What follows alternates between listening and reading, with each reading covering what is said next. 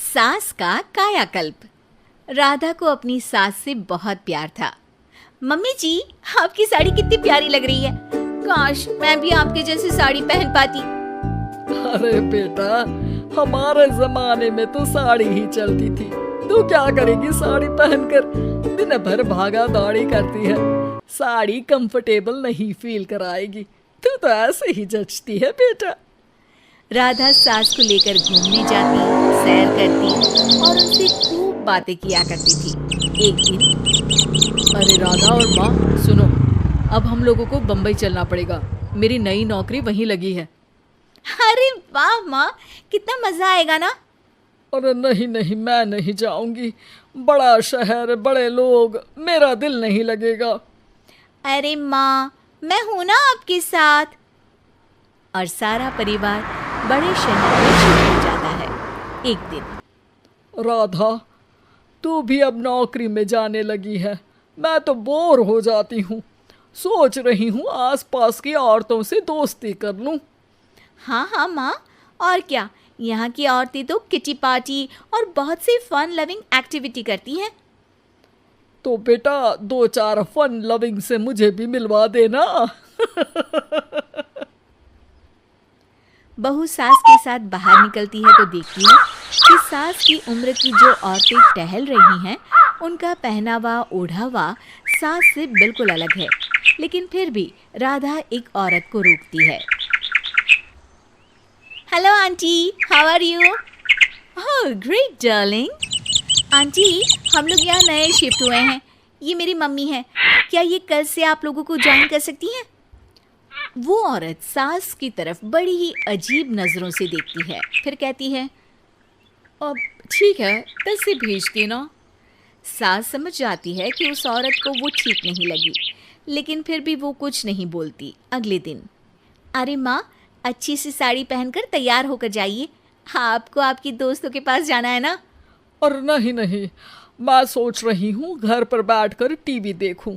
वैसे भी रामायण का नया एपिसोड आएगा। नहीं माँ, आप जाओ ना, लोगों से मिलो, बात करो, अच्छा लगेगा। ना चाहते हुए भी सास उन लोगों के पास जाती है, लेकिन सभी सास से बुरा व्यवहार करते हैं। सास मुंह लटकाकर घर आ जाती है। बहू समझ जाती है कि सास को कुछ हुआ है। वो रोज़ सास को पार्क में भेजती, लेकिन सास रोज़ मुंह लटकाकर वापस आ जाती। क्या हुआ माँ, आप बाहर जाकर खुश नहीं होती हैं?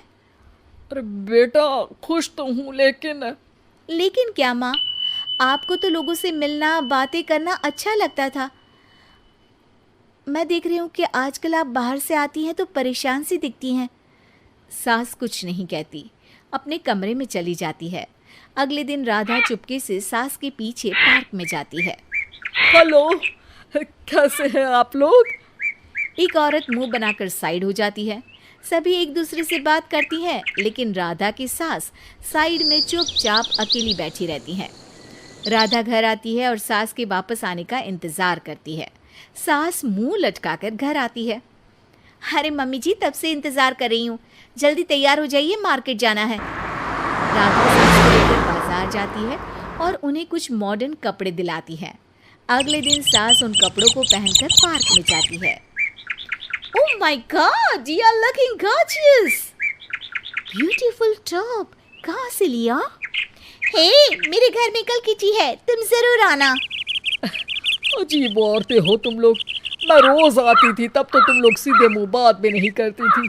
आज इन कपड़ों को देखकर तुम मुझे घर बुला रही हो। लेकिन सुनो, अब मुझे तुम लोगों से कोई बात नहीं करनी और ना ही दोस्ती करनी है। अरे, तुम तो बुरा मान गई। वैसे दोस्ती नहीं करनी थी तो ये कायाकल्प क्यों किया? ये मेरी बहू ने किया है। मैं यहाँ सिर्फ ये देखने के लिए आई थी कि तुमको मुझसे समस्या है या मेरे कपड़ों से। कपड़े तो बदले जा सकते हैं। अच्छा चलो, जो भी हो, अब हम लोग तुम्हें अपने साथ रखने को तैयार हैं। लेकिन अब मुझे तुम लोग नहीं पसंद। ये बोलकर राधा की सास वहाँ से चली जाती है। वाह माँ जी, आज तो आपका चेहरा खिला खिला सा लग रहा है। लगता है आपकी सहेलियों ने आपको अपना लिया। हाँ, वो तो अपनाना ही था। दिखावे वाली जो है वो, मेरे कपड़े बदलते ही उनका दिल बदल गया। लेकिन आज मैं उन्हें मना कर आई, अरे क्यों माँ जी? क्योंकि उन लोगों को मुझसे नहीं मेरे कपड़ों से दोस्ती करनी थी। वैसे मेरे पास तो तू है ना, मेरी प्यारी बहू, मुझे किसी की जरूरत नहीं है। अरे नहीं नहीं माँ जी, आप ऐसा क्यों सोच रही हैं? बेटा ये गलत भी तो नहीं है, जैसा देश वैसा भेष। क्यों? ठीक है ना माँ, अब जब ये हम लोगों का देश है तो क्यों ना हम यहाँ का भेष अपना ले। हाँ हाँ जरूर, मैं तो तैयार हूँ।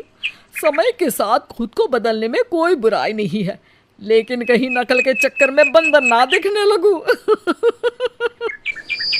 खैर, बहू लग जाती है सास की कायाकल्प।